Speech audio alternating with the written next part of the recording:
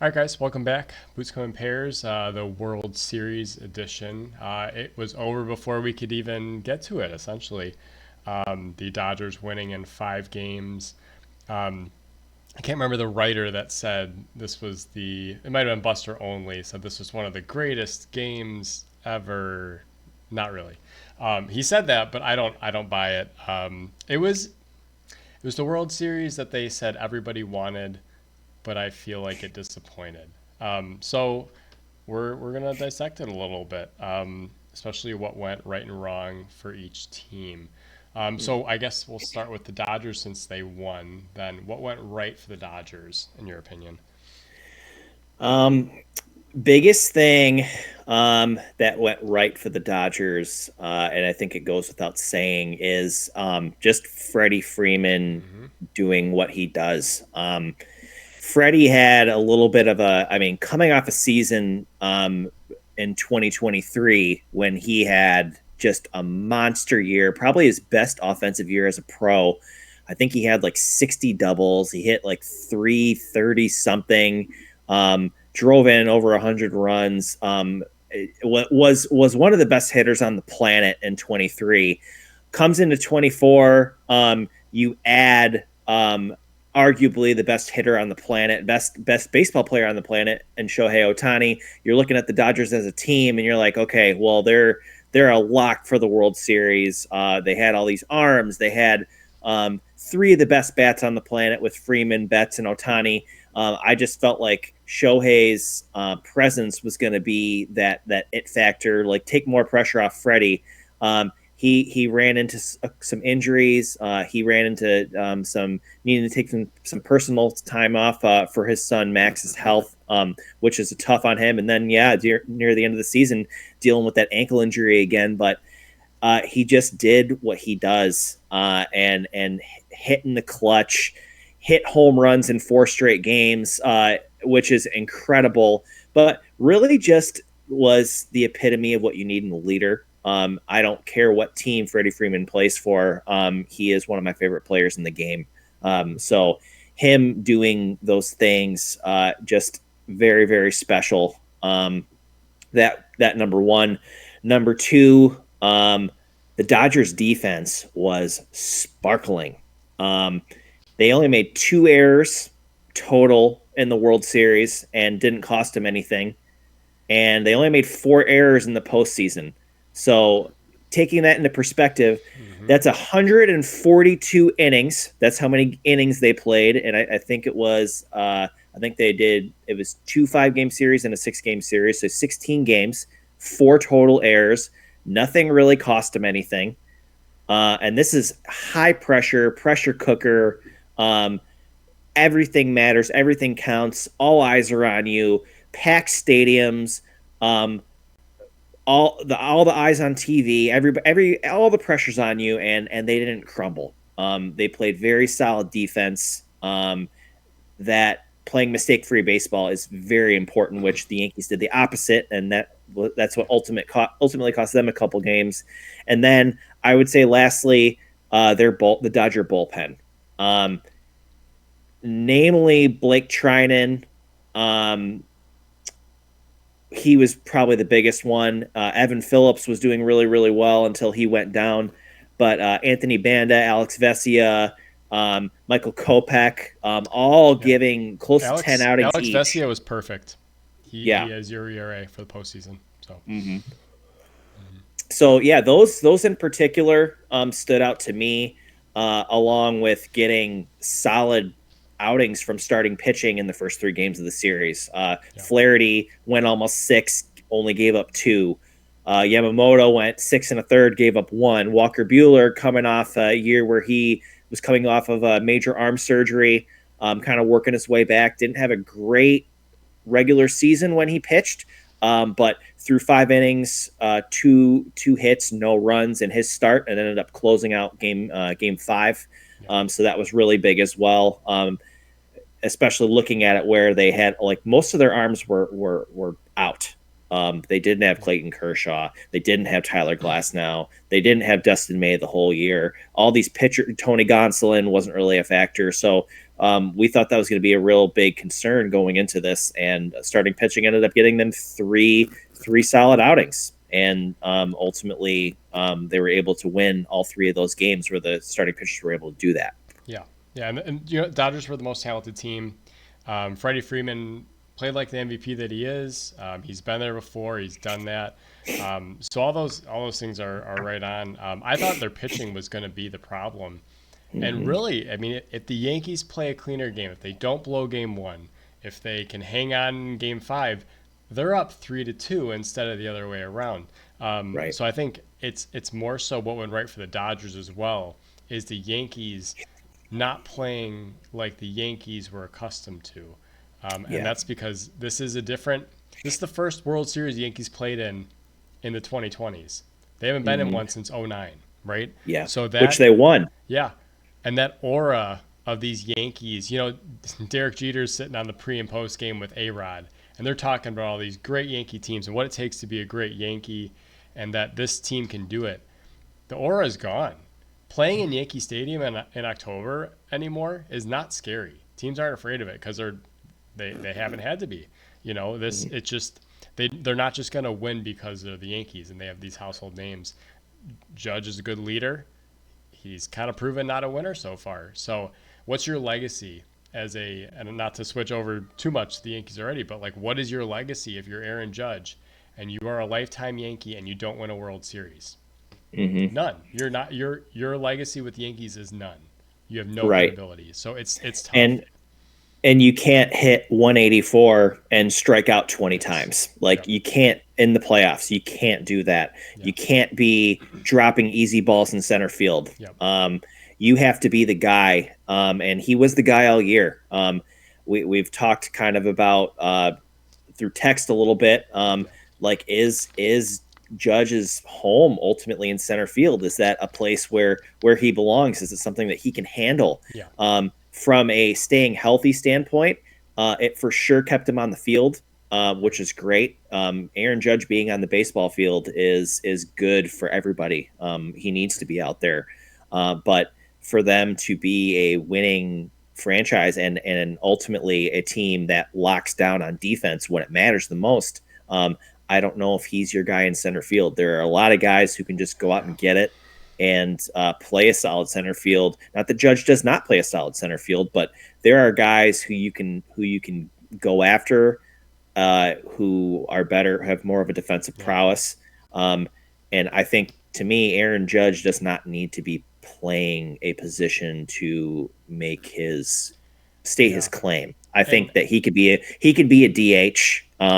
He can do a lot of different things. You could spot him in center field here and there, but I don't think he's the guy you want out there when it matters. I agree. You know what? And to that point, I mean, you have Giancarlo Stanton already in the DH role, and he had a great postseason. I mean, he was incredible. He's in the all-time Yankee ranks for home runs, right? Like he got 17 now. Like he's in elite class. He had 7 this postseason. He was unbelievable. But to that point, the Yankees essentially have 3 guys vying for DH. Juan Soto is a better fielder than he gets credit for. He's got a great arm. He's young. He's 24, right? He can play right field. But I think ideally, in a perfect world, essentially Aaron Judge and Juan Soto are left fielders. Right? It's not a extreme defensive position. We know that from, our local tie. But you're right. Aaron Judge in center field he's good. He's not great. And you need a great. You need a great out of your center fielder, and it's not just the ball he dropped. It's the ball over his head that hits off the warning track. You got to go get that ball, right? Right. And there's a guy sitting on the Dodgers bench this postseason. I don't know if he was on the roster, but Kevin Kiermaier. He goes and gets that ball, right? He catches that ball. He hits a $190, but so did Aaron Judge for the World Series. So if he's in center field, did the Yankees win 2 more games? Possibly.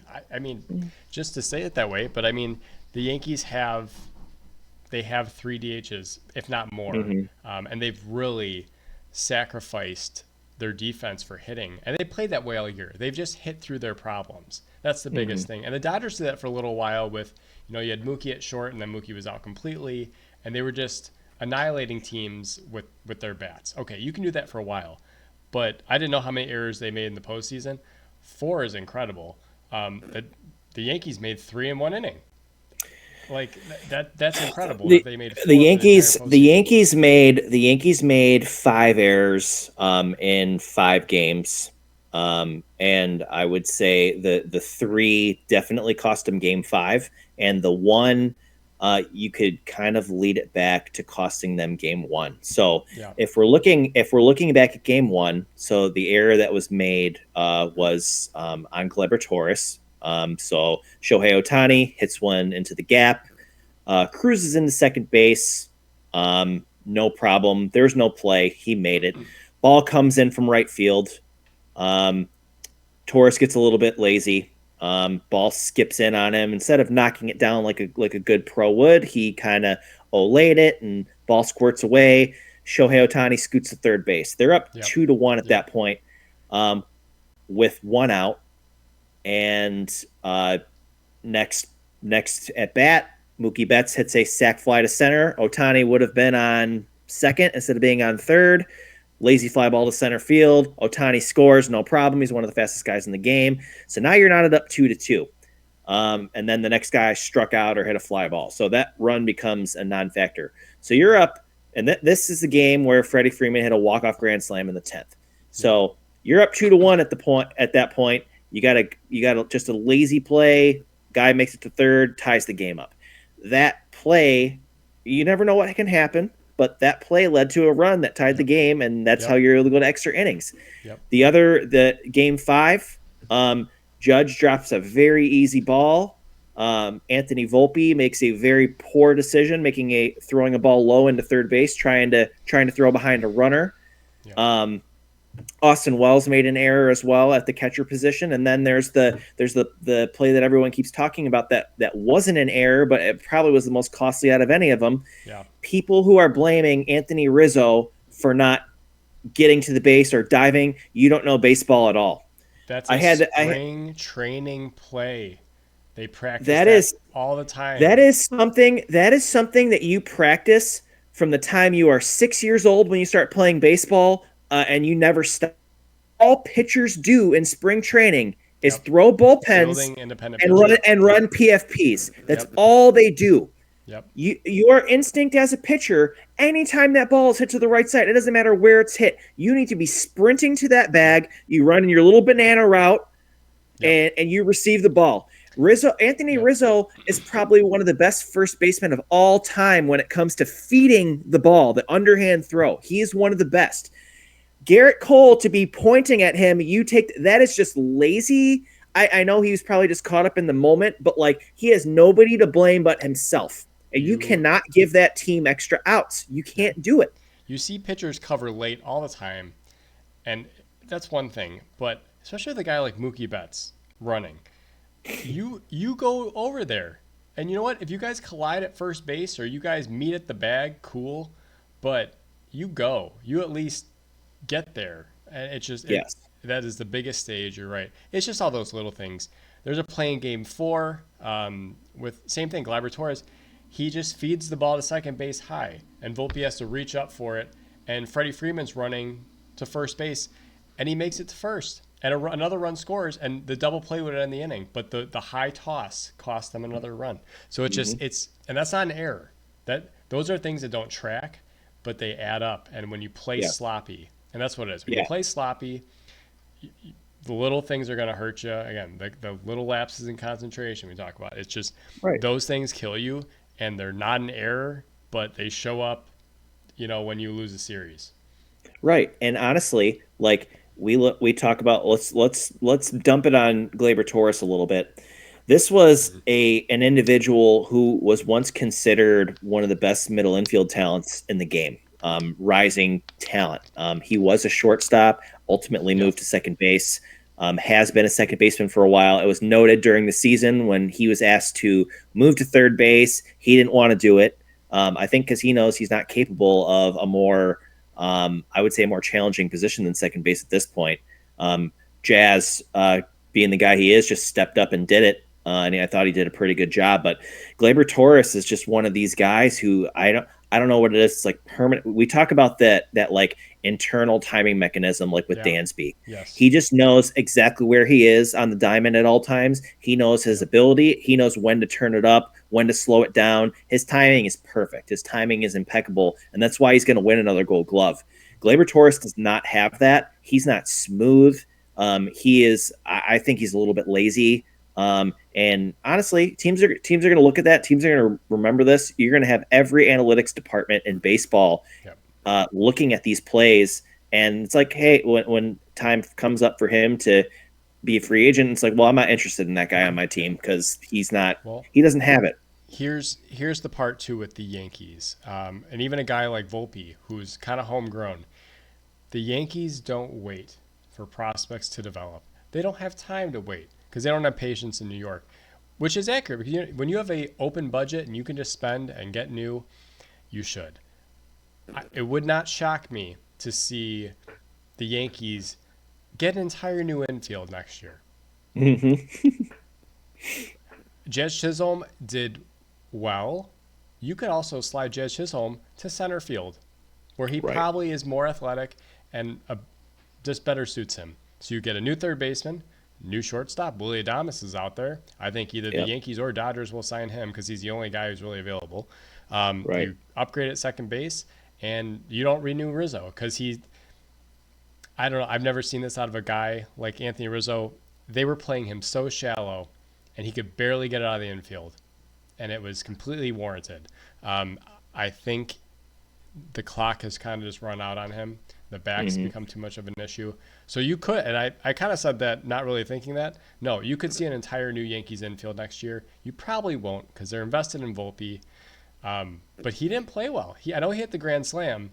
Right. Errors. He was hitting maybe 160 before that. So Right. yeah, Gleyber Torres is not the guy, and the Yankees are not afraid to eat money and throw him and trade him away or get rid of him. No. So, And there's plenty, like you said, Adames is an interesting piece for either of these World Series teams for sure. Above average defender.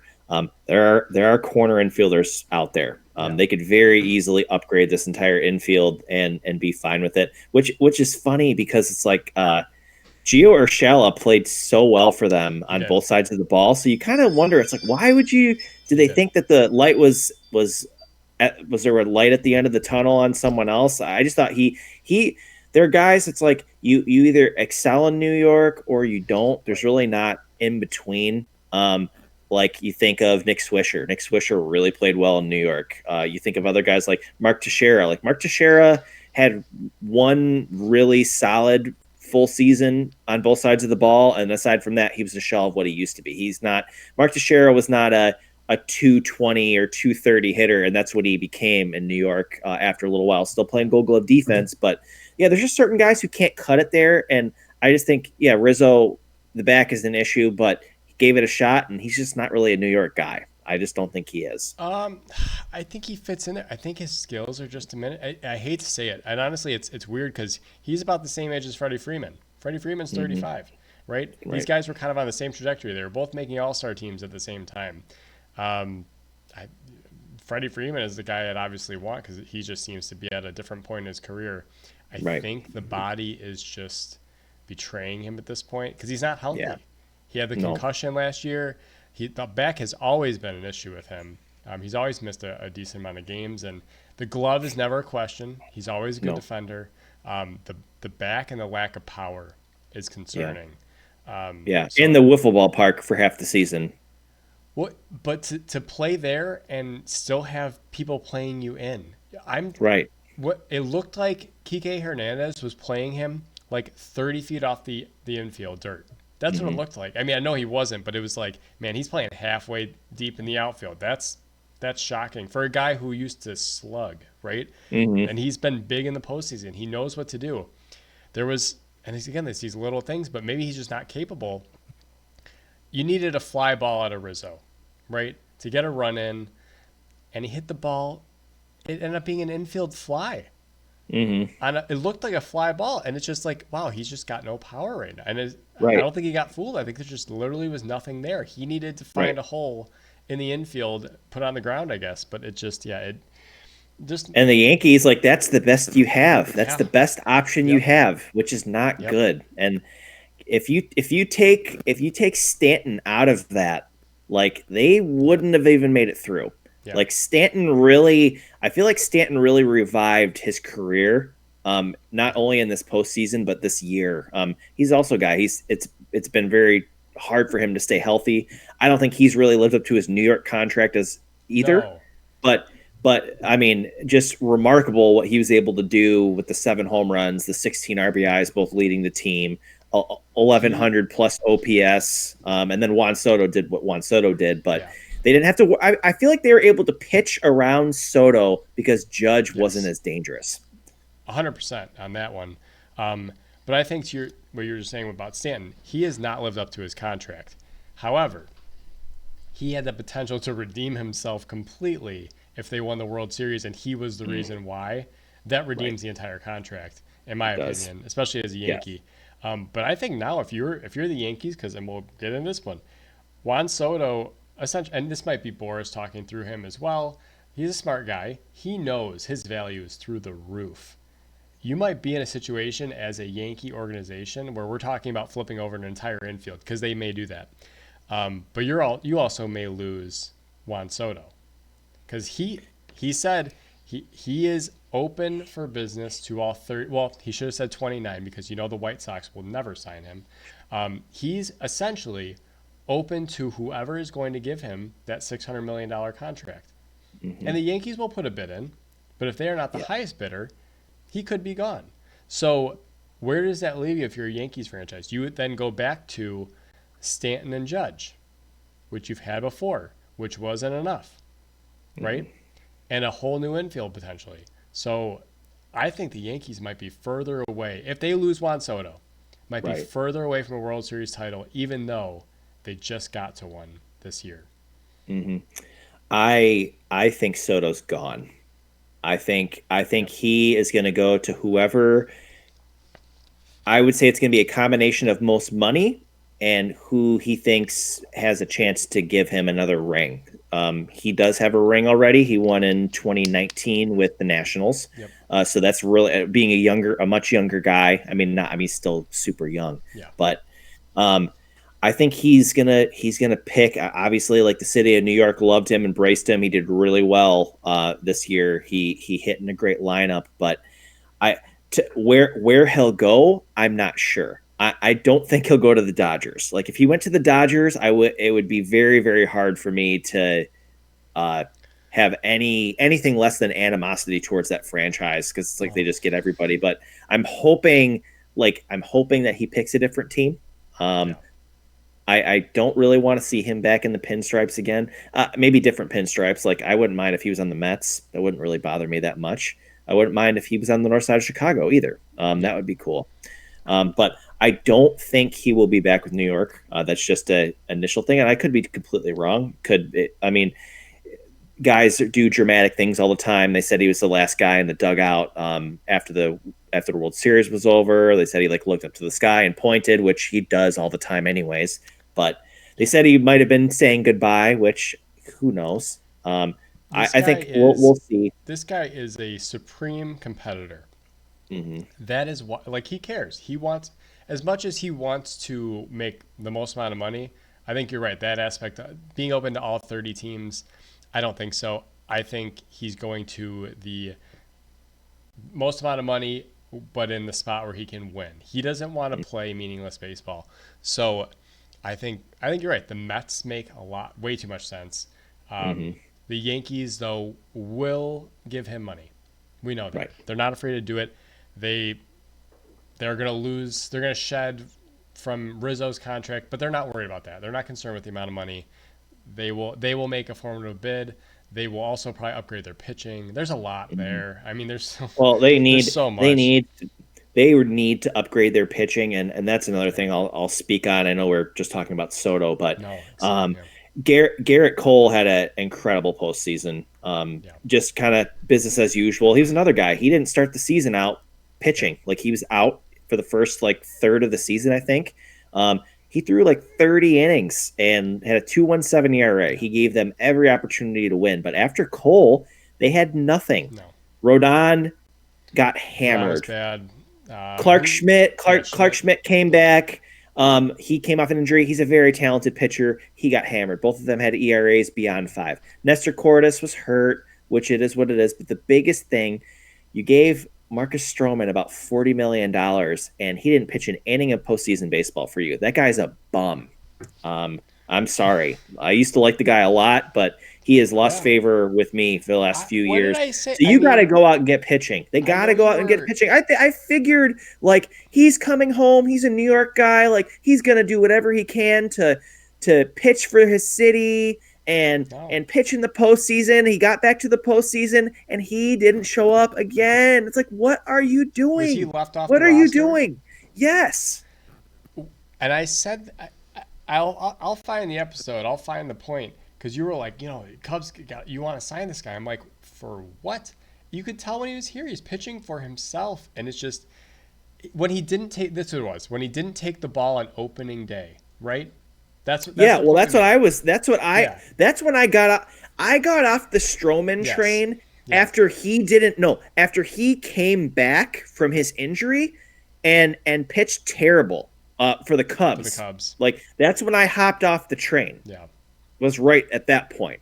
And then we had a discussion about him not taking the ball Yep. on opening day because someone wasn't going to be ready, Yep. and they gave him the ball and he didn't want it. So I think it was Nestor Cordes who took the ball. Yeah. Like we had a conversation about that, and I'm like, you know what, just further cements how I feel about Marcus Stroman. Yeah. And those he used to be tough, and he's not anymore. Well, yeah, he was World Baseball Classic. What was 09, 12, whatever Right. it was. He was like Mr. America and like just I'm gonna pitch, and then he had a horrible season because he probably ruined it in the Right. World Baseball Classic. But yeah, he's lost that fire. For some teams, spending $40 million on a pitcher and having him not on the roster in the postseason would sink them. Yeah. But for the Yankees, it's just it's just another day in the office. Right. But yeah, that's a disappointment, especially when you need pitching. They desperately need Right. pitching, and you can't even. It would have helped, and they're fortunate that they were able to get the outings out of Cole that they were able to get, and then Yeah. I mean Luke Weaver being what he was, and Clay Holmes gave up a couple runs, but Clay Holmes had a really good postseason. He did. He was exceptional. He did, especially after being the closer and then being taken out of the closer role. A lot of times that can mess up your psyche, but you got to realize the moment that you're in is that hey, you're in the World Series, you're still in the postseason, you're still pitching. Feel good for Mark Leiter Jr. Who went over from the Cubs and then had himself a good postseason, had a 1-something ERA, several scoreless innings.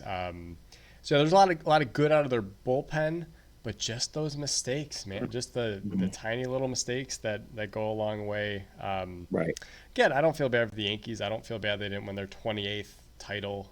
That the percentage of World Series that they've won keeps going down every year. I don't feel bad about those things, because for a while it was like they won 25% of the World Series, so now it's less, right? Right. Yeah. Woe is me for the Yankees, but I do feel like they're on the cusp. Kind of like we were talking about with Jeremy and the Cardinals, where it's like, are they on the cusp of potentially blowing this thing up? I feel like if the Yankees don't get Juan Soto, you're closer to that than you are your next World Series.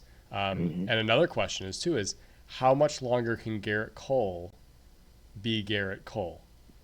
It's not because he's too old, but you're kind of entering Justin Verlander territory here of like no one's really pitched this long and this hard for this extended period of time, and the injuries are starting to mount a little bit. He didn't pitch a full season this year, so how long do we get Garrett Cole being an elite pitcher as well? Right.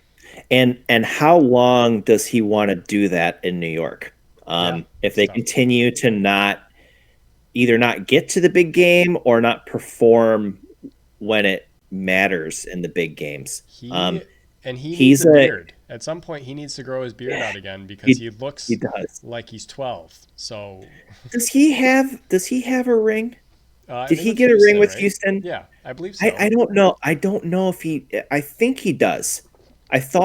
but I thought there was like some conflicting thing where like I thought he was on that team that won, but I think Yeah. I was I mean, mistaken. Houston's won a bunch, and he was definitely a big part of their success. I don't know if he fully won before he left, but um, yeah. And I again, something so they won. So Houston, I know he was part of that 17. successful run. They won in seven because Boston won in 18. Yep. They only won in Houston only won in 17. They only won in 17. They've only won one Houston. World Series. Well, they've won at least two. No, did they win in when else did they win? I Did don't they know. win in 20 did they win in 22? I don't know. Are you looking at it right now? So so he was only on the team in 18 and 19. So he did Oh, not win a ring. He did okay. not win a ring with them. Justin They Verlander lost. has, yeah. Oh, Justin Verlander has for Yeah, he's won sure. two with them, but Yeah. So they when else? So they won in 17, and I feel like they won in okay. So 18 the Red Sox won, 19 the Nationals won, 20 the Dodgers won in the shortened season, 21. I feel like it was maybe 21 because this year was the Dodgers.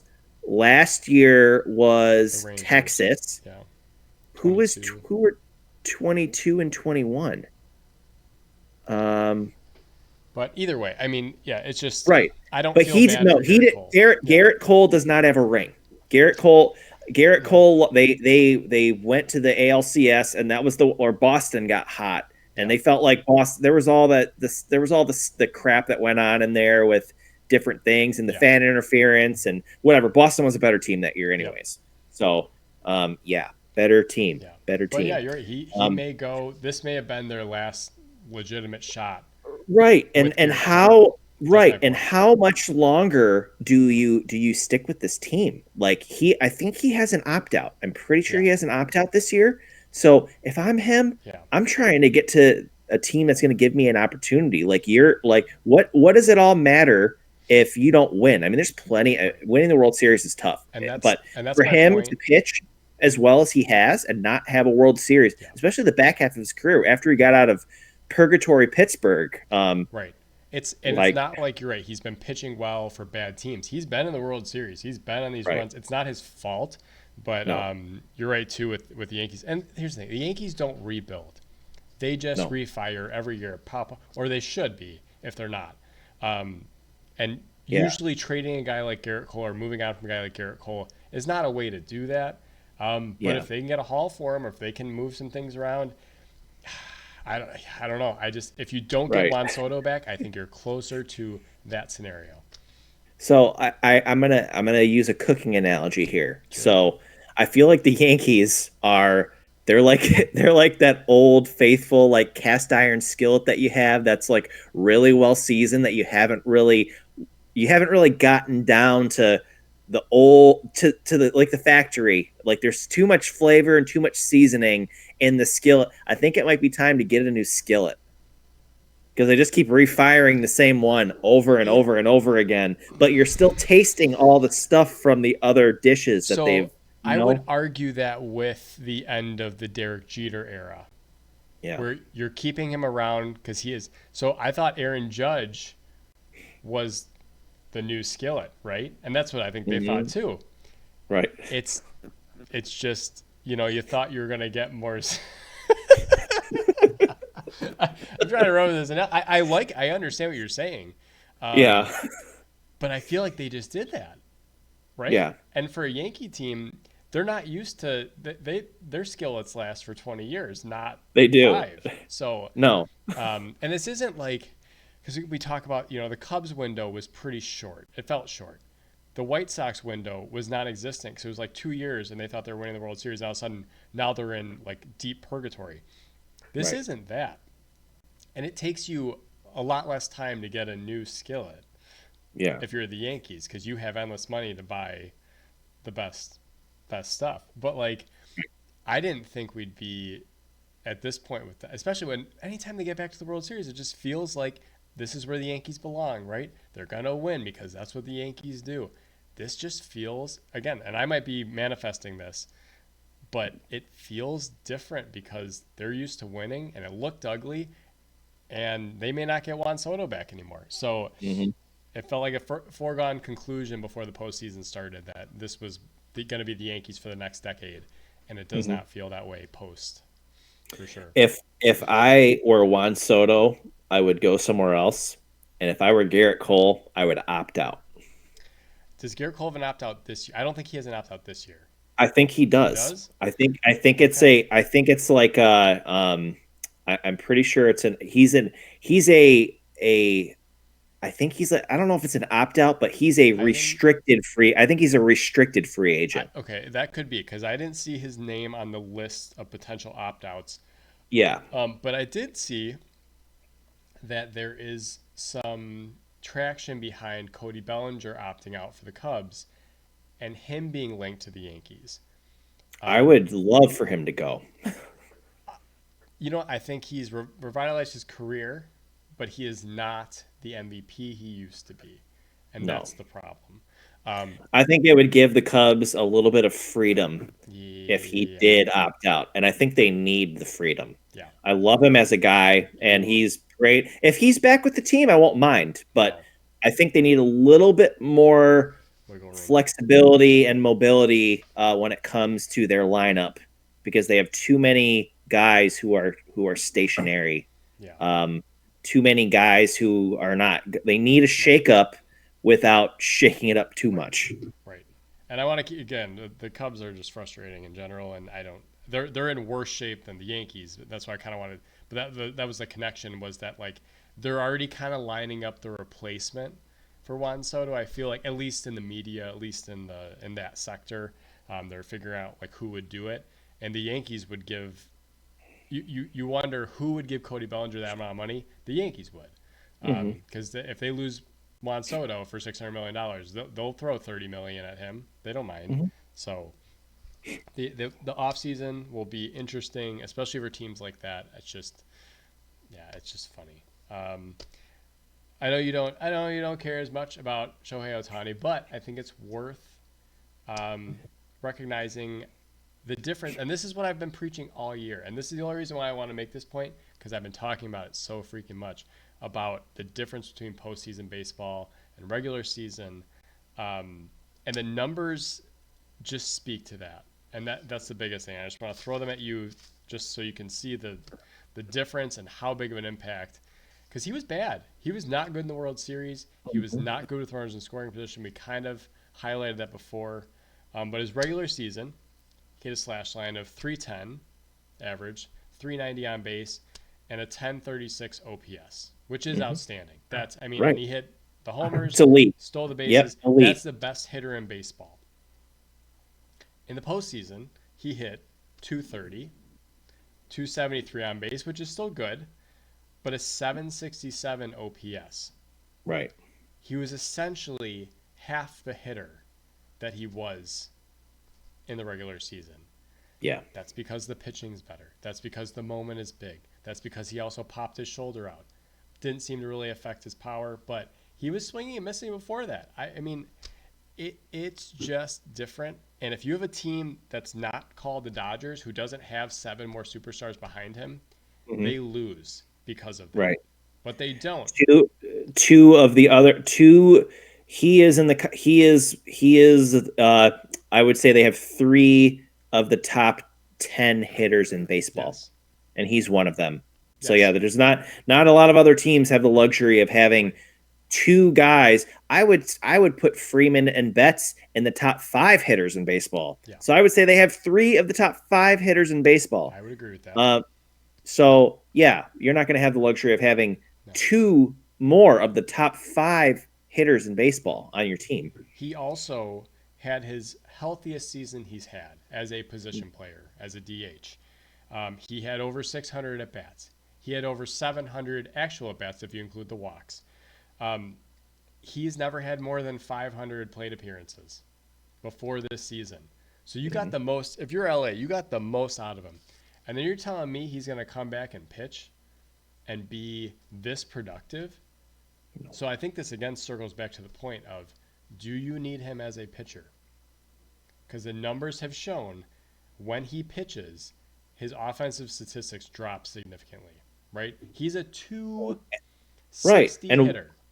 when he Right. And pitches. why would they not when you have to focus all of your energy on another craft? Like Yep. you can't pitch like that's their full-time job is Yeah. pitching. That's all they do. He will And not you have steal to put you. 100%, you can put 100% into two baskets? No, he will not steal you 55 bases if he's pitching. He will not hit 56 homers if he's pitching. He will Yeah. undoubtedly strike out more if he's pitching, just because he's fatigued. He's like, it's just a Right. different animal. I know LA needs pitching. They do. He's not that effective as a pitcher. At least he's shown that in his major league career. He's a good pitcher.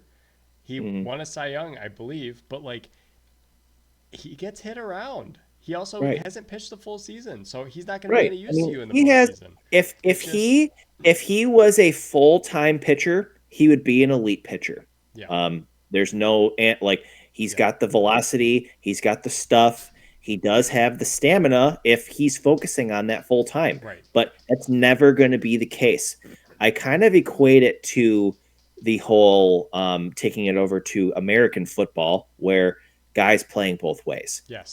There's a draft prospect, Travis Hunter. A lot of people know who Travis Hunter is. He's a wide receiver and a defensive back for the Colorado Buffaloes. Like elite cornerback, elite athlete. Is going to be probably a top 10 pick. But people in the college world think that this guy could go both ways, and it's like, no, he can't. It's the same thing for this baseball scenario. Like you will get so fatigued when it comes to the cornerback. I would say cornerback is probably one of the toughest positions to play because you're always running and you don't get breaks. Receivers get subbed out, but cornerbacks are running all the time. You're telling me you're gonna run around for 30 to 40 minutes chasing some receiver, and then you're gonna go out and run effective routes? That's not gonna happen. It's the same thing for baseball and Shohei Ohtani and trying to pitch and hit. Like hitting is a craft and you need to be locked in, you need to be focused. You can't be trying to think about like, well, what's my splitter doing? Why am I not getting the run on my fastball?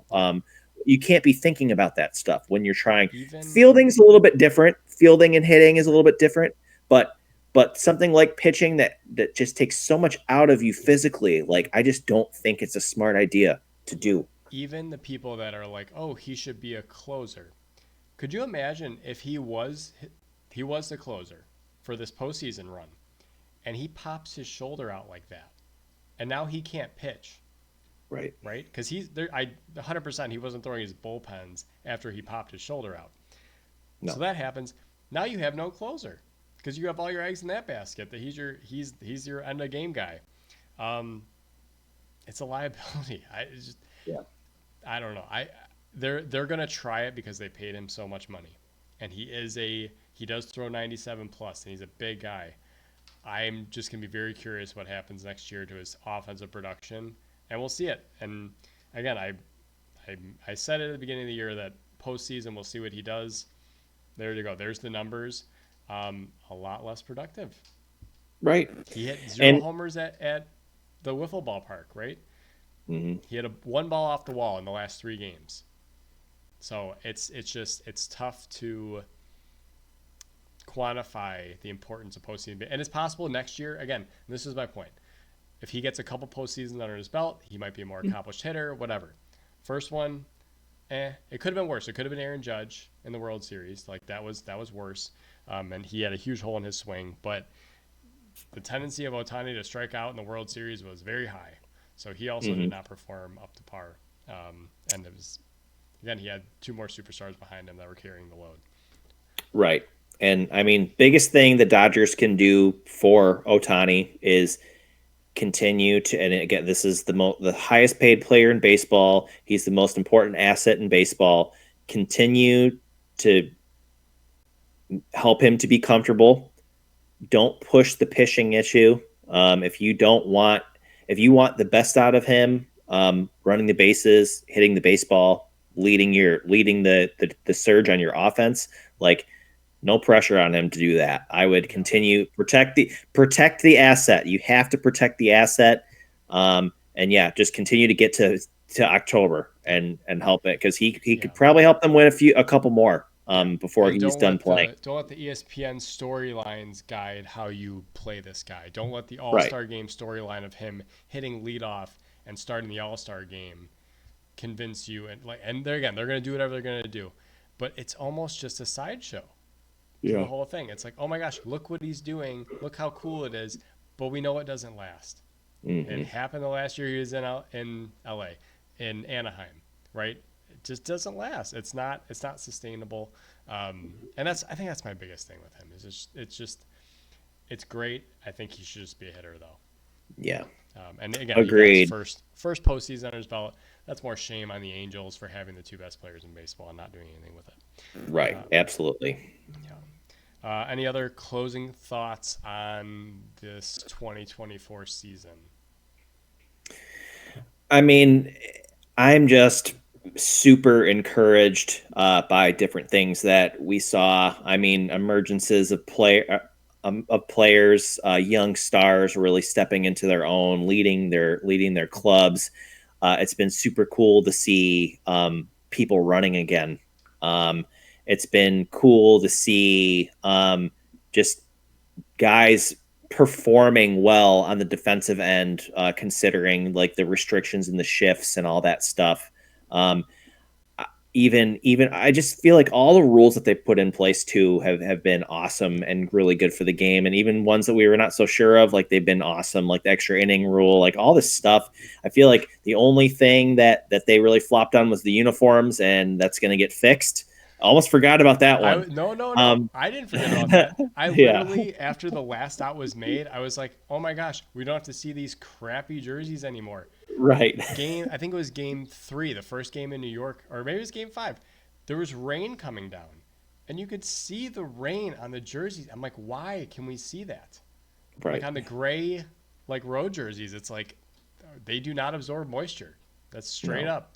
The Yankee Yeah. jerseys all year, you could see the sweat through them. It was insane. So yes, no, we can applaud that we no longer Yeah. have to see the MLB logo halfway down the middle, tiny names, and the sweat coming through the Yeah. jerseys. Yeah. But I mean, yeah, it's I think 2024 has been great.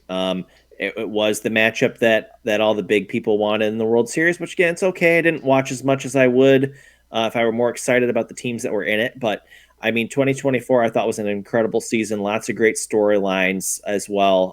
Lots of cool stuff happened. It was cool to get out to the ballpark a bunch of times, see some great games, be around great fans. Yeah, but turning over the page, there's a lot to look forward to in 2025 as well. Yeah. Lots of cool stuff. Yep. I'm looking forward to just what we're going to continue to do. Rapidly approaching our 50th episode, which we'll get there soon. Last year, when we started, we were doing things a little bit more regularly. Obviously, life changes and schedules get busy, but it's good that we've been able to keep this consistent, at least every other week. Have good conversations. Hopefully, we continue to build the following up a little bit. We're one subscriber away on YouTube from getting 20, Yeah, you said which 17 the hopefully other we day. I can. was like, no, we're at 19. We're at 19, so No, hopefully we it's can get yeah. a few more subscribers. But I mean, views have been up for us at least. I mean, we're getting 30 to 35 views an episode, which is nice. I mean, Yeah. that means people are watching, which is good. Yep. Yeah, no, it's back to the baseball. I thought you're right on with the rule changes. Again, you're always skeptical when they change rules. We're so close. We're never gonna have a perfectly called game, right? But we're one more step away from having a really close version of it. If they can just add the balls and strikes, Hmm. then you know all the calls are right. And that's the biggest thing with baseball. You just want the calls to be accurate. Yeah. And I think they've done a great job of getting as close to that as possible. Um, but yeah, for our viewership and our just journey with this so far has been a lot of fun. As we kind of close the book on the 2024 season, looking forward to um, getting some more of our guests on in the off season as we ramp up the beginning of 2025, and just what we're able to look forward to for hopefully a Cubs World Series run, or the Red Sox, or just having a team that we're interested in go a Hmm. long way. It's been fun to talk about baseball. It's more fun when you have a team in the race and you're constantly engaged instead of just hoping that they're engaged, that's really when baseball is at its most fun. And that's the one thing you can take from Tom Ricketts' letter that we talked about last time. It's like, oh, we're missing the most exciting time of baseball. You sure are. Mm-hmm. And it's bumming me out that I have to watch these two monstrosities of teams in big markets, and we're one of those teams that just doesn't pay to do it. So Yeah. hopefully we can have a little more accountability there as well. Mm-hmm.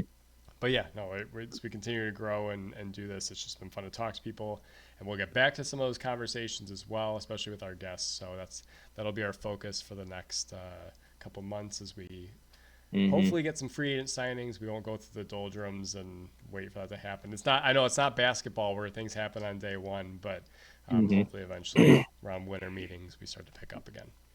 Yeah, and like Brandon was saying, we'll definitely reach out to some of our guests we had in last year. We had a really nice stretch coming up to the season, talking to different baseball professionals, people who are old friends, new friends, people in the industry and around the industry, different roles that people have, people who are fans as well. Um, uh, Definitely will be reaching out to some of those people. Feel free to reach out to us as well if you have our phone numbers or emails or social media. Whether you're again fan in the industry, just a fan of this show, reach out. We'd love to have you on. It's always good to have different Yeah. perspectives. It's fun to have people on. It's fun to have a 3 or 4 way conversation too. So Yeah. yeah, always looking to talk to more people about this awesome sport that we call baseball. Yeah, yeah. Because again, half our guests. I mean, I didn't realize that Nick Gunther was listening regularly, and he's like our biggest follower. And then Ryan Mm, Vino was like, "Oh yeah, man, I just put it on when I go for a run. It's fantastic." I'm like, "Oh, cool. Like that's what we want to hear. right. That's what we like to do." Yep. So yeah, until 2025 season, booze come in pairs. Also, I was thinking about this today. The Yankees epitomized our slogan, except they come in threes Yeah, or fours. That's they you know what? do. If you ever needed to know what our show was trying to emulate, that's it. What the Yankees did in the fifth inning, that is the epitome of our slogan. So Yes. thank you, Yankees. We should have that Yes. as like our opener. Right. Yeah. Yeah. Garrett Cole pointing. Yeah, Jericho pointing, Volpe throwing over here, Judge looking up and dropping the ball. That is what we are. Yeah, with some circus music playing in the background. Yeah. Um, Yeah. yes, but until next season, Fusco and Pairs, take it easy. Peace.